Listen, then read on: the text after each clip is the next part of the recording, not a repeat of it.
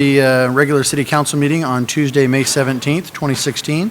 We're going to forego the invocation this evening as had a few people that had to bail out with graduations and everything else going on, so apologize for that. We'll have that reinstated for next time. At this time, if you'd all please rise, I will lead us in the Pledge of Allegiance.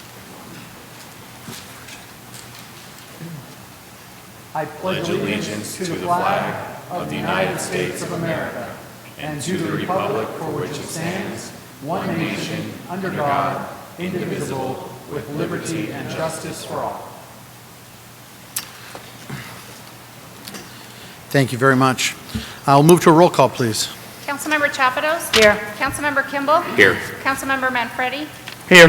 Councilmember Smith? Here. Councilmember Wade? No.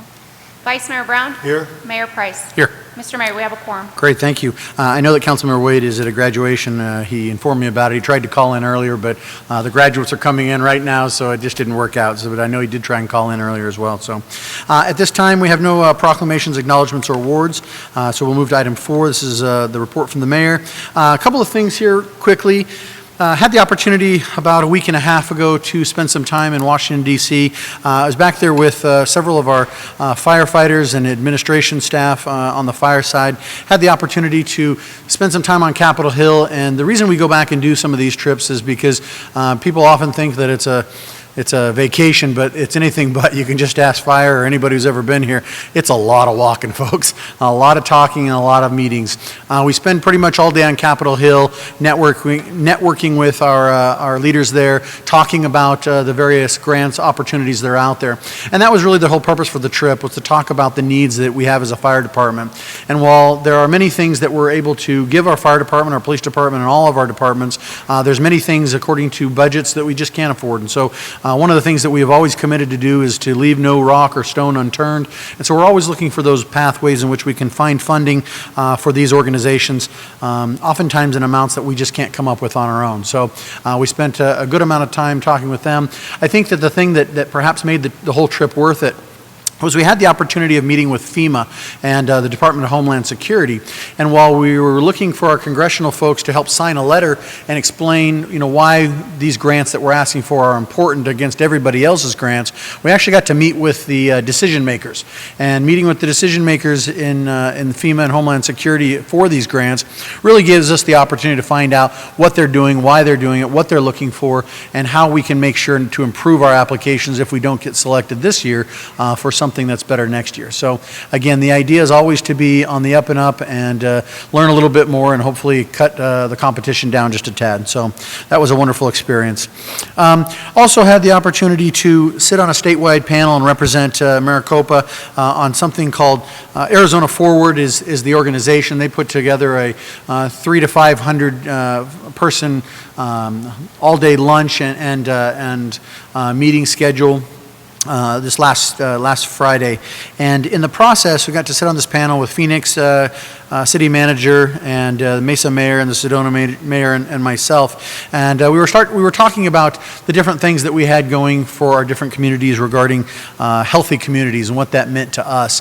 While we're kind of still new in the business when it comes to parks and other things, we really do have something that stands out through Copper Sky and Pecana Park and the other things that we're doing. And so I just wanted to point that out to you all, that as the taxpayer, your amenities are being recognized across the state to basically sit with the best of them and really talk about what we're doing and what we're planning. Also had the opportunity to bring up and talk about the Pinal County Regional Park that's just about 10 miles to the southwest of us here. And as that comes online, called Palo Verde Park. And so there, just as an announcement, we do have a, what is it called, a meeting, if you will, an open house, and that will be where? At June 7th. At the CAC, and so we encourage you to go there, find out about it. It's a wonderful thing, and I know that we had a press release that just went out about it as well. Also had the opportunity to visit 2 schools here recently. I was able to visit Maricopa Elementary School for their Leadership Day, and then also today we had a teacher through Butterfield Elementary School that applied to ASU for, it wasn't a grant, but it was for basically winning the option or the opportunity for what is called the ASU Caravan, which is players and coaches that came out. We're one of 6 cities awarded, and so there's this big bus, if you haven't seen it, it's got our name on the side of it, driving around the state, which is great. But they brought out the coaches and such, and while they had some amazing coaches there from the ASU basketball team and wrestling team and soccer team and players and other things in the band, the kids only cared that Sparky was in town. So a lot of chanting for Sparky, so that was fun. And then last but not least, represented Maricopa here this past Friday at the Arizona League of Cities and Towns Executive Committee. And just wanted to keep you apprised. Council, I have some things that I'll be sending to you here in this coming week regarding a lot of the different things from this tough legislative session. It was kind of a wrap-up. We had some bills that got through. We had a whole lot that were kicked down, and the cities and towns and counties really took a beating under our state legislature this year. Can't really tell you why, other than the fact that sometimes it's really hard to keep your head above water when things are going awry. So anyways, we will continue to keep you posted and updated, but that's why that committee is so important. With that, that completes my report from the mayor at this time. So we'll move on to a report from the city manager. Honorable Mayor, council members, I'd like to start off by introducing to you our new Director of Financial Services, Brenda Hassler. All right. Brenda.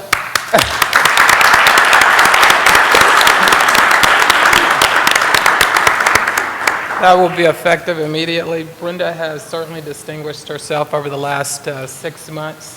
I think anyone that can put up with me through the budgeting process, they truly earned it. So I would just like to be the first to welcome her to our executive team permanently. Wonderful. Congratulations. We would also echo that comment. If you can put up with us during the budget season, that's a good thing. Thank you very much. The next item is our Economic Development Director, Denise Earhart, will be introducing.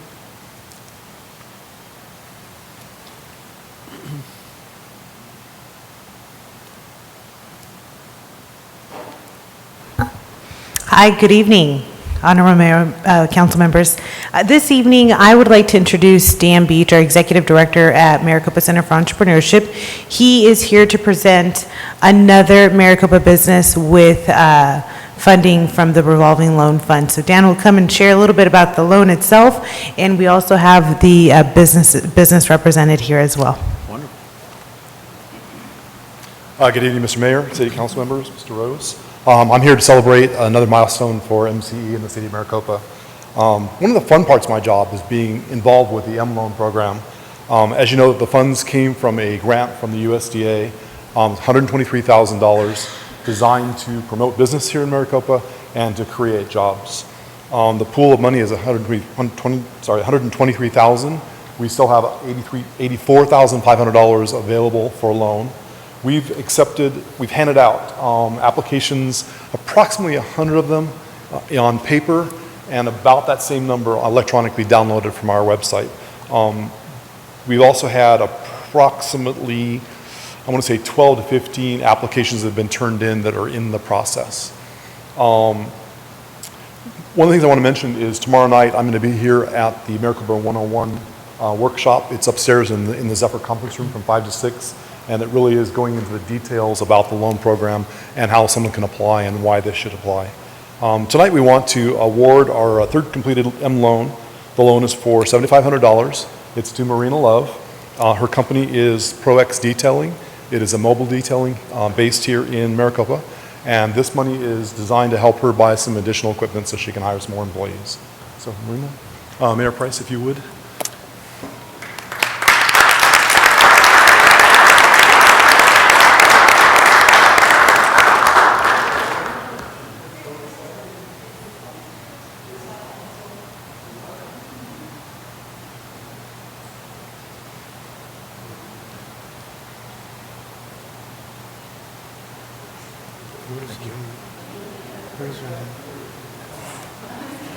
Thank you. It's yours.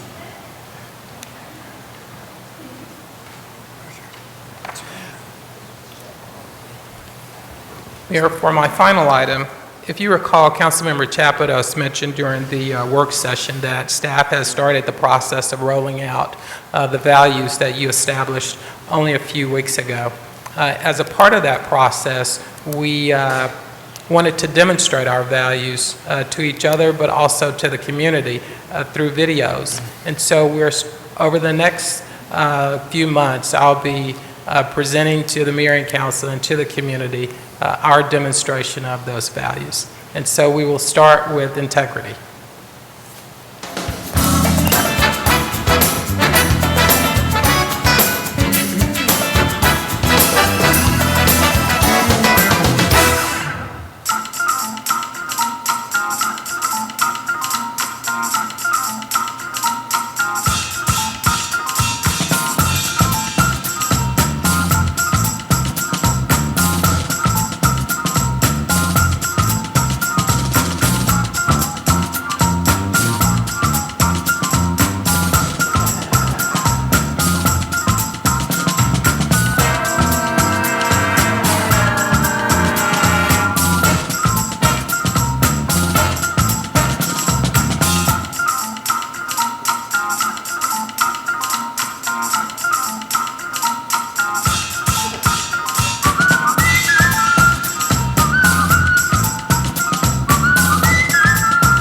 All right.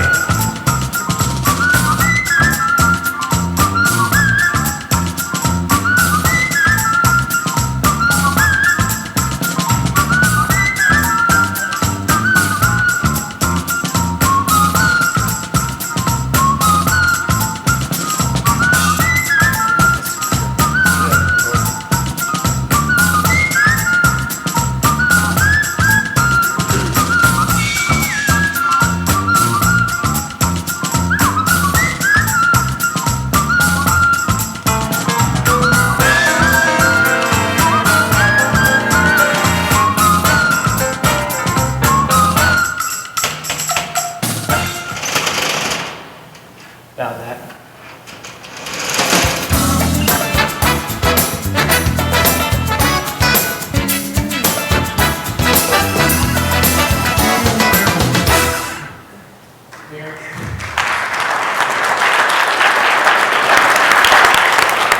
Mayor and council, the values were established so that you could clearly know how we would operate, how we would act inside the organization and outside in the community. And so I think police did an excellent job of demonstrating integrity. That concludes my report. Thank you. Thank you to our special actors in the police department as well. We appreciate it. That'll take us to the I apologize, to the call of the public. At this time, if you'd like to approach the dais and tell us what's on your mind. Dan, I had a speaker card for you for M-Loan. Would you still like to come up? Okay, perfect.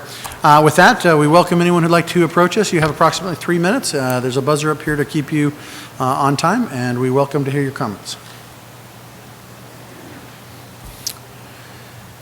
Seeing no one, we will go ahead and close the call to the public and move on to item 7, the minutes. Can I have a motion to approve items 7.1 and 7.2, please? So moved, Mr. Mayor. Second. I have a motion and a second. Any further discussion on these minutes? Seeing none, all in favor say aye. Aye. Any opposed? The motion carries. This time, that'll take us to the public hearing section, section 8.1. The mayor and city council shall hear public comment for the purpose of considering adoption of the Planning Maricopa, the general plan and land use map by resolution 16-15, including the placement of the general plan on the November 8th, 2016 general election ballot.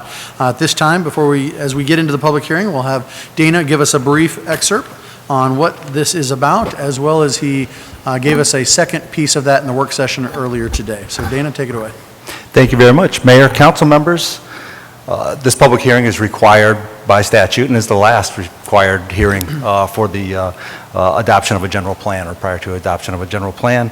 As you know, the city's embarked on a year-long general plan update process, excluding the 2040 visioning process that happened the year prior.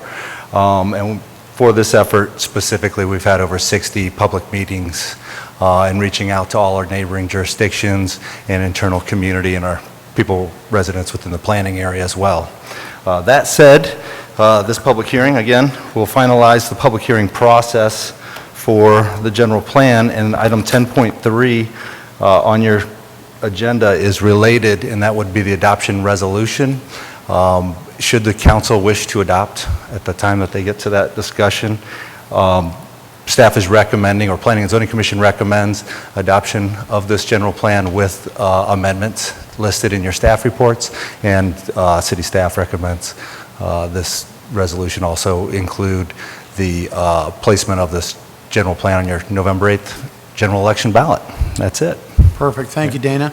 Again, this is a public hearing, so if anyone would like to approach the podium and tell us what's on your mind regarding this item and this item only, you may do so.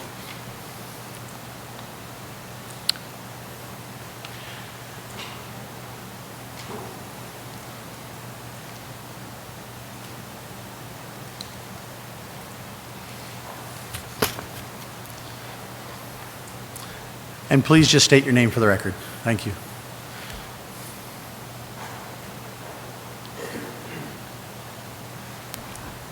Good evening, Honorable Mayor, City Council members. My name is Nona Bahashoni. I'm the planner with the Gila River Indian Community, Department of Land Use Planning and Zoning. Here with me is Kimberly Antone. She's the Director of Land Use Planning and Zoning, and Seaver Fields, who's the project coordinator for the flood control. First of all, we want to thank the city for allowing us to review the general plan and providing comments. Our community manager, or council, I'm sorry, is meeting tomorrow to discuss the final comments. We have a lengthy review process. There's different processes, so we finally got all our comments together, and they should be reviewing it tomorrow night. So we would hopefully respectfully have the council consider the community's comments for the general plan. Again, thank you for the review and comments. Thank you very much. We appreciate it. Yeah, we did receive that request, and we appreciate you coming tonight, and thank you for participating, and we look forward to your comments. Thank you very much. We appreciate it. Thank you. Thank you. Shout out to Seaver. Thank you very much. He's also a big partner on our flood control, mitigation, and all the things that we're working on together with the Gila River Indian community. So again, thank you very much. Any other comments on the general plan at this time? Seeing none, we'll go ahead and close the public hearing at this time and move on to item 9, the consent agenda. We have one item on the consent, which is item 9.1. Can I have a motion to approve, please? So moved. Have a motion and a second. Is there any further discussion on this item? Hearing none, all in favor say aye. Aye. That motion carries. And that'll take us to items 10.1 on the regular agenda. We're going to discuss, possibly take action on approving the purchase of a 2016 Caterpillar backhoe loader from Empire Machinery. This is for use by Streets and Maintenance Division. Josh. Good evening, Honorable Mayor, council members. The item before you is for purchase of a backhoe that is intended to replace an existing oversized and underpowered backhoe that the Streets Maintenance Facility, Street Maintenance Division has. This is an item that's in our capital improvement program. It was delayed earlier this year as we are working through the replacement of the mower that was damaged in an accident earlier.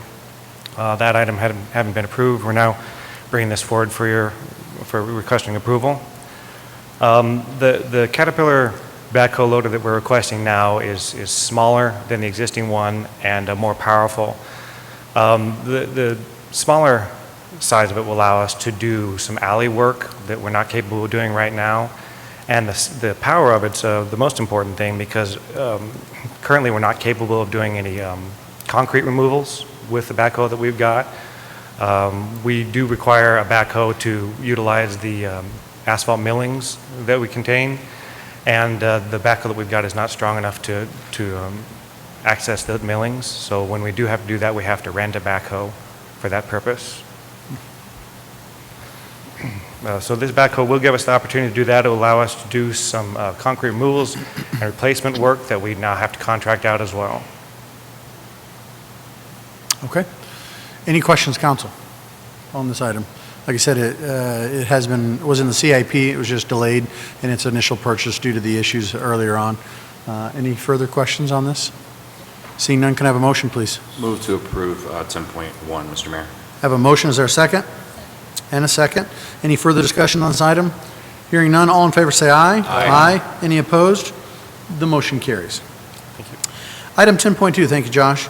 Item 10.2, the mayor and council to discuss possible take action on the reclassification of one equipment operator position to traffic signal technician and placement of the new classification in a higher salary range with a minimum annual salary of $42,700 with a maximum of $58,900. Kathy. All right, Mayor and Council, 8 years ago, the city had responsibility for maintaining one traffic signal. Since 2008, we've added 14 additional signals, as well as vehicle feedback signs and coordination timing. The city's need for a technical position to support our critical streets infrastructure has evolved from a small part-time function to a whole traffic signal technician position.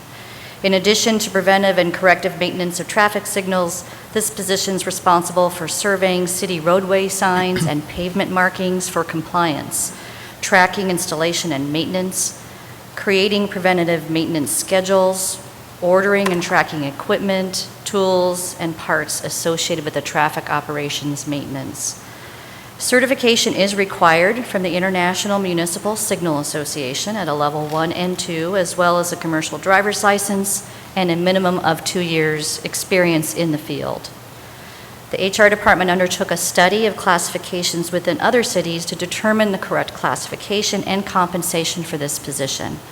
With approval of this change, the current incumbent will move from his current classification and salary range to the next higher salary range with an expected personnel cost of $2,500 for a 12-month period. I can answer any questions. Council, do you have any questions on this item? Yes, Vice. Oh, okay. I have a motion to approve. Is there a second? Second. I have a motion and a second. I had a quick question regarding, I understand that this individual is currently already doing this, and so we're just reclassing it so Correct. that we have the position technically available, and that helps for future things as well as for, the bracket as a whole.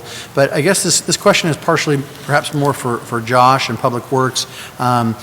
I guess the question that comes to mind is while we don't control signals on the 347, and we know that there was a problem there last week or the week before, and it's an ongoing thing, does this individual help currently, work with 347 and ADOT when these problems occur? Do we know?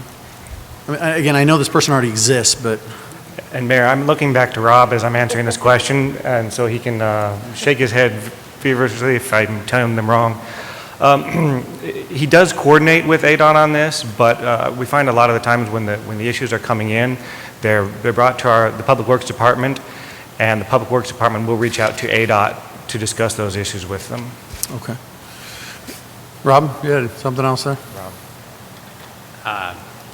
Mayor and council members, we're in communication with ADOT a lot for maintenance of the traffic signals. So really we get citizen inquiry first, and then a lot of times we're communicating on their behalf. And actually, the individual that's serving for traffic signal maintenance, Aaron Felix, he knows all those gentlemen, and we have actually talked about doing an IGA for more responsiveness. Absolutely. So we haven't had this component in the city, individual that's serving our traffic signals, equipment operator.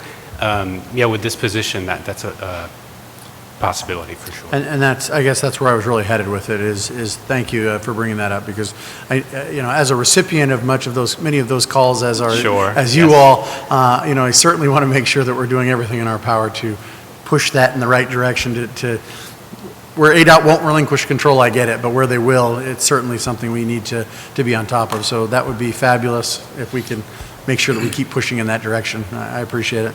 Any other questions? If not, there was a motion and a second on the table. Seeing none, all in favor say aye. Aye. Any opposed? The motion carries. Thank you, Kathy, Rob, and Josh. Appreciate it. This item is item 10.3. Again, we just heard through the public hearing a resolution of the Mayor and City Council of the City of Maricopa, Arizona, adopting Planning Maricopa, Shaping Our Community, the Maricopa General Plan and Land Use Map, which will replace the City of Maricopa's General Plan 2006 as adopted by the City Council, and all successor amendments thereto, and directing that Planning Maricopa, the Maricopa General Plan, and the Land Use Map be submitted to the voters for ratification at an election to be held on November 8th, 2016. This is for discussion and action. Council, do you need any further discussion? Do you have any further questions? With the risk of being crass, I think we beat this into the death and into the ground. So with 60-plus meetings from our staff, we appreciate all the outreach, and I believe there's still more to come as the video gets, some of us on social media, we get a hold of that video, we'll be able to help publicize that a little more. With that, can I have a motion, please? Second. We have a motion and a second. We'll need to move to a roll call, please. Councilmember Kimball? Yes. Vice Mayor Brown? Yes. Councilmember Smith? Yes. Councilmember Chapados? Yes. Councilmember Manfredi? Yes. Mayor Price? Yes. Motion passes. Thank you. And last but not least, what you've all been waiting for, the budget. The Mayor and City Council on item 10.4 shall discuss and possibly take action on adopting a tentative budget for fiscal year 2016 through 2017 and the 5-year capital improvement plan. City Manager Rose. Mayor and Council, thank you so much for the privilege of being here with you tonight. Wanted to provide you with just a very quick overview of the proposed annual operating budget as well as the capital improvement plan. Towards the end of this presentation, I intend to read into the record several changes that were made when you compare the draft budget to the budget that's being proposed tonight. I want to highlight for you just some of the actions that we've taken to date. We started this process back in November, December timeframe with the capital improvement program, consolidating all of the information that we received from the various departments, presenting the initial CIP to the BFO committee, and then eventually bringing that information to the Mayor and Council for consideration. With regards to the annual operating program, we compiled the information starting back in January, February, brought that information forward to the BFO subcommittee on April the 21st. In May, we had the retreat with the Mayor and Council, and then presenting the proposed budget to you tonight. The budget was drafted based upon the priorities that you established. These are consistent with the 2040 vision, but also based upon the priorities that were established during the retreat that you had back in November of 2015.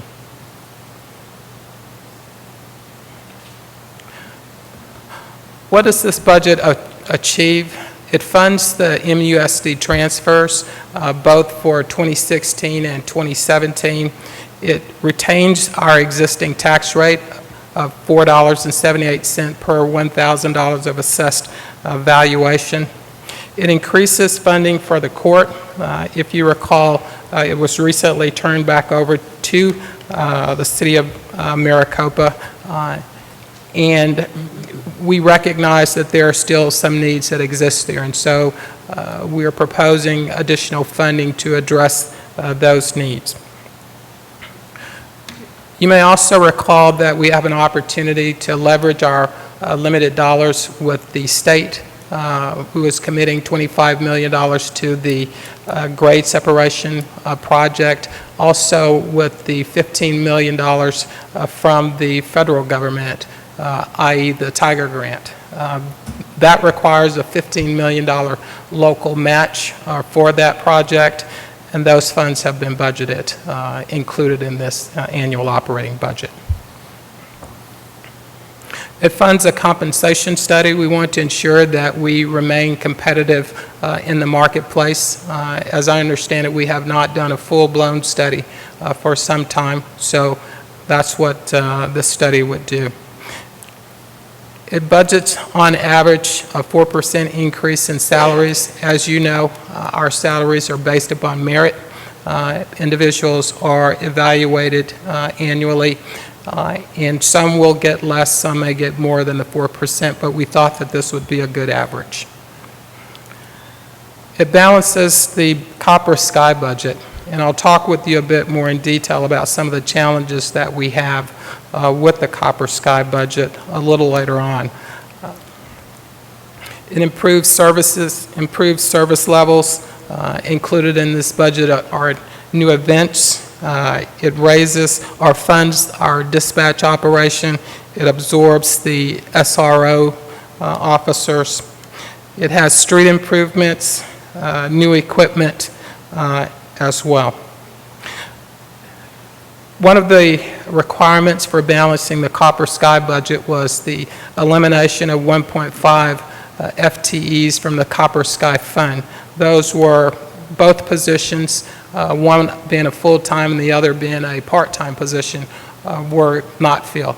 And so there were no layoffs that were involved in the elimination of those positions.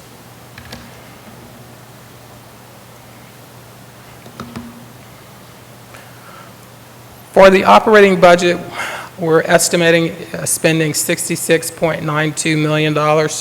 Under the capital improvement program, even though it's a 5-year program, the first year will total about $25.42 million, with a combined total of $92.34 million.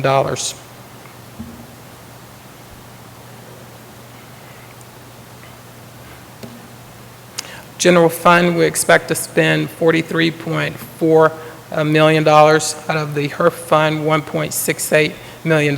Copper Sky Recreation Fund, $4.38 million. For grants, we budgeted $13.78 million to allow us a lot of flexibility should grant opportunities emerge. For debt service fund, we're retaining our existing tax rate there, and we anticipate receiving $3.68 million, of which will go towards debt service.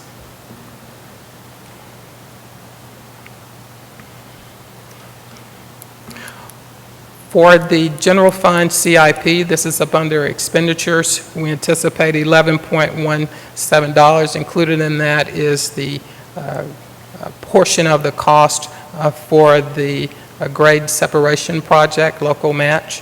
Out of Copper Sky, we anticipate spending about $70,000. For grants out of the CIP,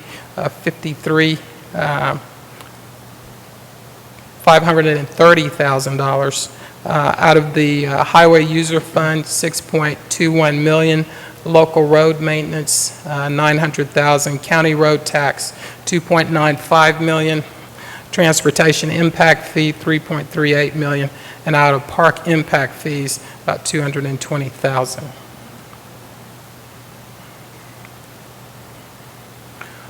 As I mentioned, we intend to retain our existing tax rate. Primary levy is $4.78 roughly per $1,000 of assessed valuation. The secondary levy is $1.69 per $1,000 of assessed valuation.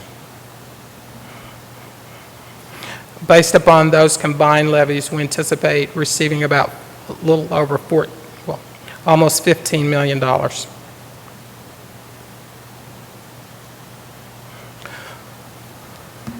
General fund balance, or balance for this year, if you exclude the payment that, or the transfer that we are doing to the school district and other local matches for the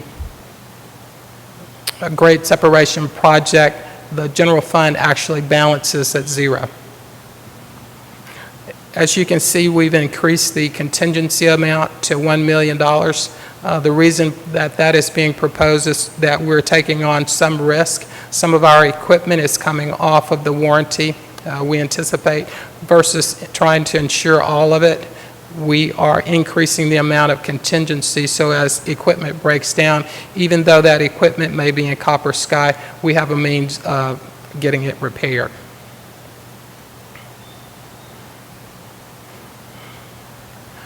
For the CIP, it's a detailed project. It covers 5 years. It's a little over $53 million over the 5-year period. It clearly identifies the projects that are proposed. Those projects that are not included directly in the CIP but are in the pending section, they are good projects. We place them in pending, so if grant opportunities are out there, then we can still pursue that.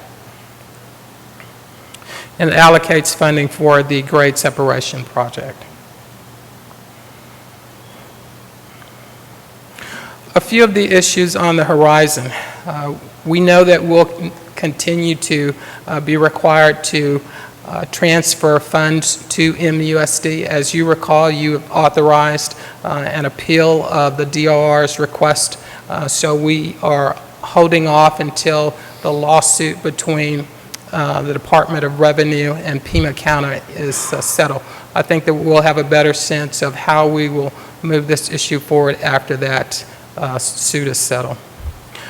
We also know that the Ak-Chin community, who have been wonderful neighbors to us, we have a 5-year agreement with them. We're in year 3, so that agreement will terminate in 2 years. They currently provide us with $1,480,000 annually for Copper Sky operations. That budget is balanced, if you recall, proposed to be balanced this year, but it's only balanced because of the contributions that the Ak-Chin is making. So we need to prepare ourselves for the time when we're not receiving those contributions.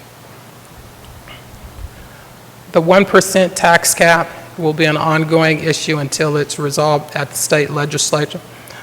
We are estimating that we are losing about $800,000 in voter-approved funds for public safety next fiscal year. That's on top of the $700,000 that we are not receiving this fiscal year.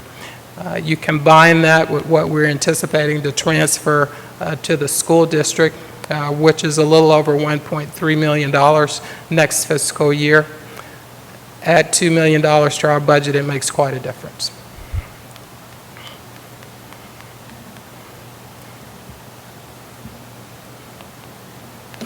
I'd like to take an opportunity to read the changes into the record. In front of you should be a list of all of the changes. Up under revenues for general fund, we increased property tax by $131,000. General fund increased local sales tax by $400,000. Up under HERF, we increased that by $162,001. Copper Sky memberships, we increased that amount by $150,000.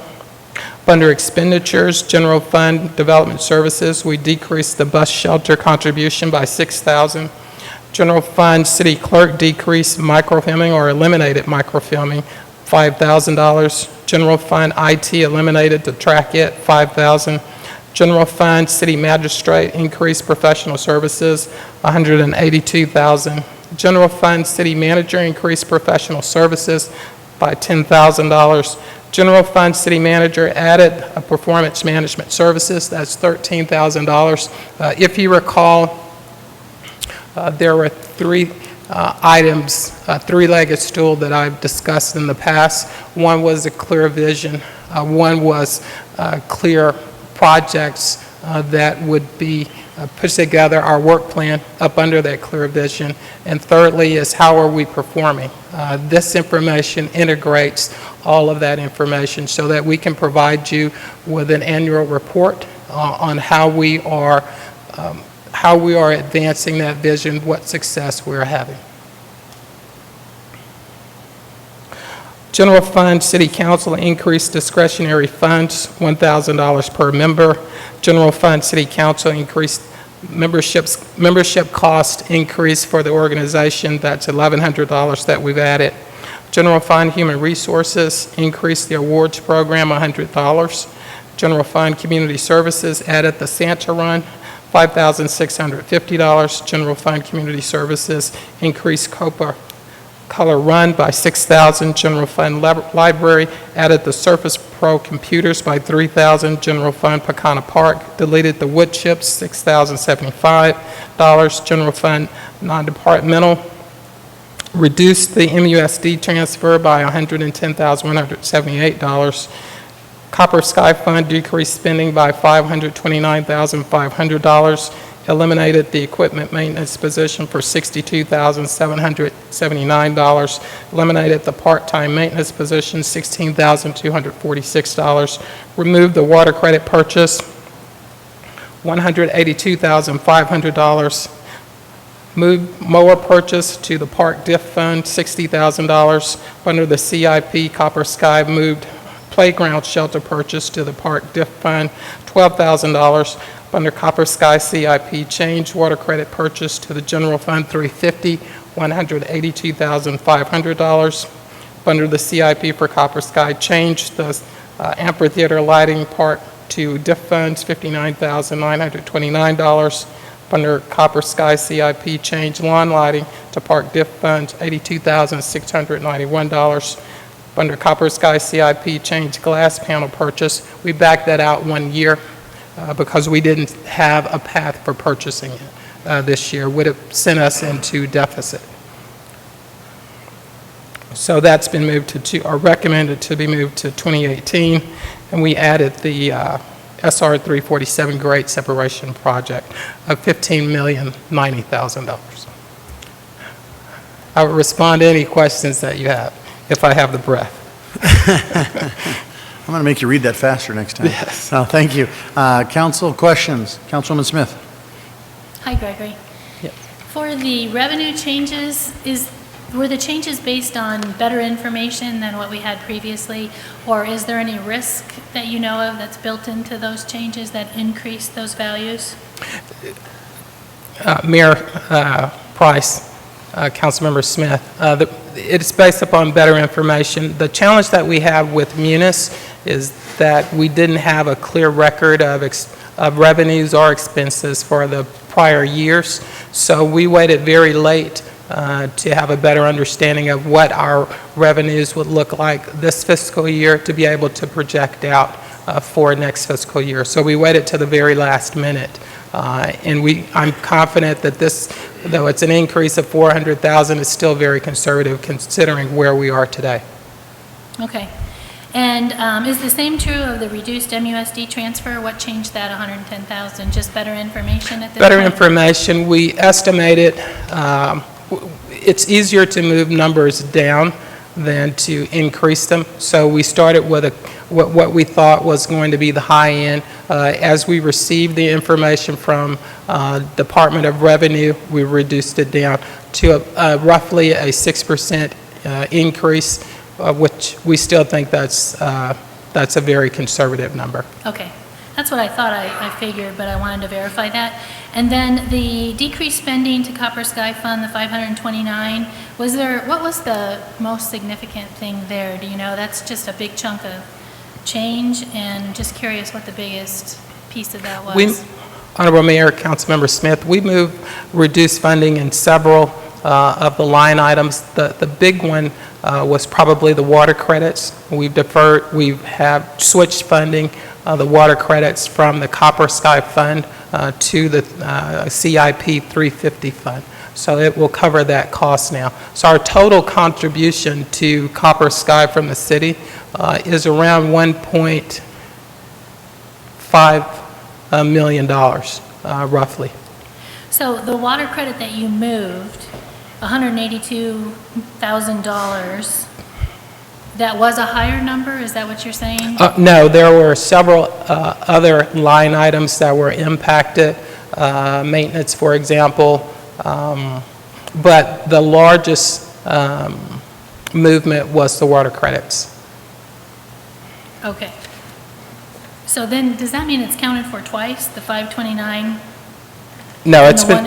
And the 182? No, the water credits were moved completely out of the Copper Sky Fund, and now it's moved over to the General Fund 350. So it's been taken completely out of that budget. Right. So it's not included in the 529. Am I understanding you correctly? It is included in the 529. And then three items below that, it's repeated again then? The 182?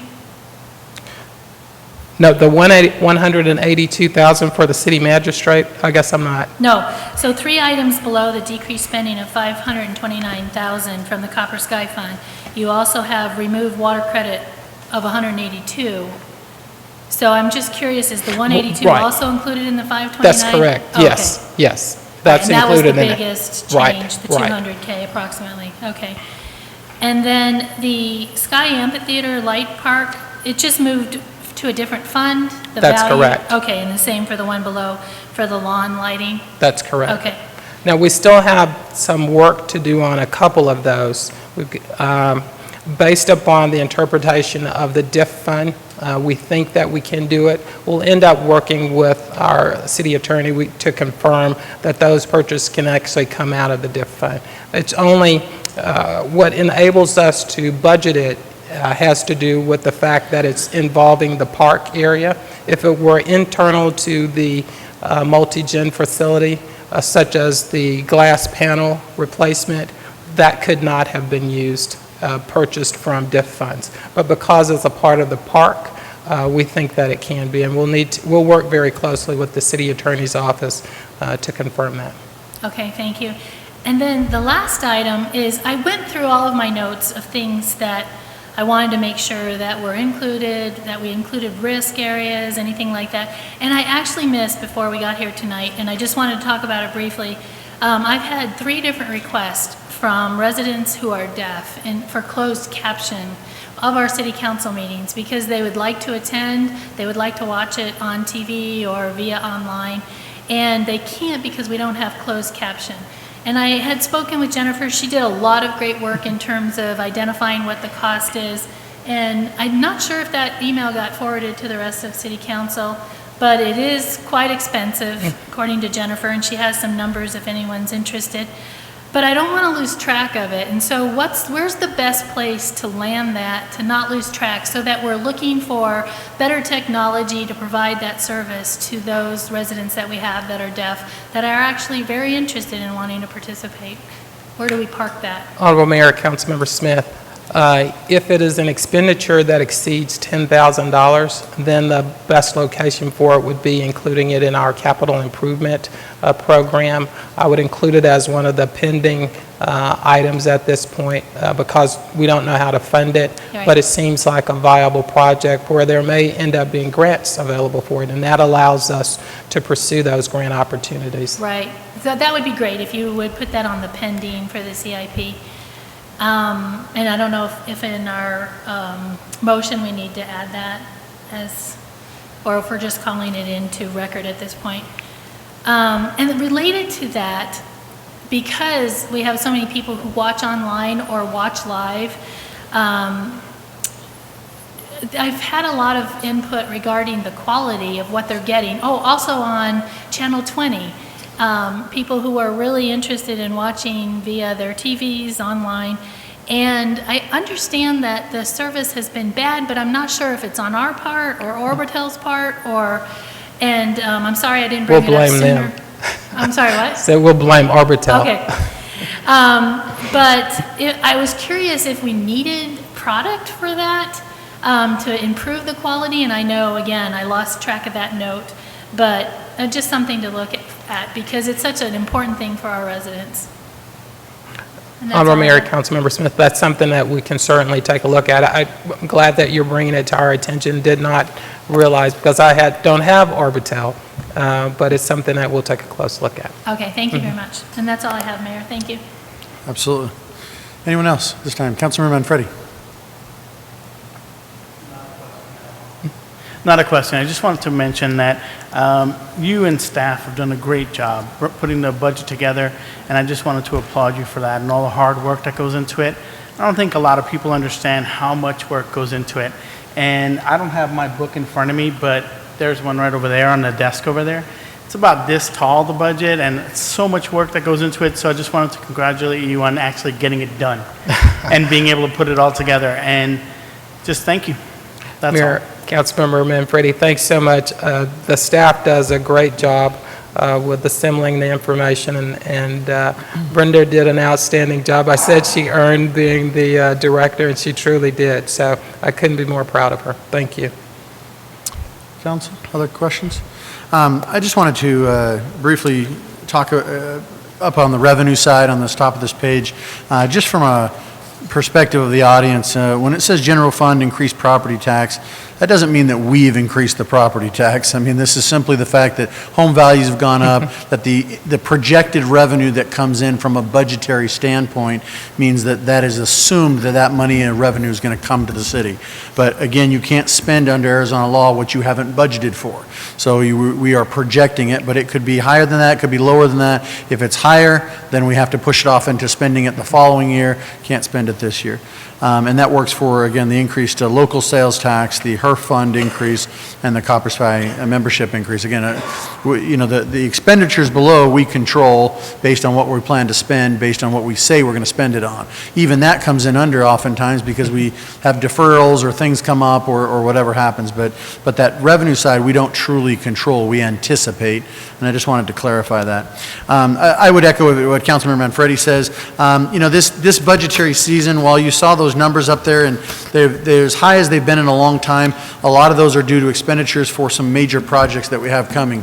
Again, with the unfortunate side of the transfers to the school district due to the 1% cap, which is a state issue that was imposed upon us this past year, as well as the tax revenue that is voter approved that does not come to us, though it's supposed to, and that is for your public safety, and we don't get that, and because of that state-imposed 1% cap. So there have been a lot of challenges in this budget season, and a lot of things that we got to say yes to, but even more things that we felt we really needed, but we had to say no to.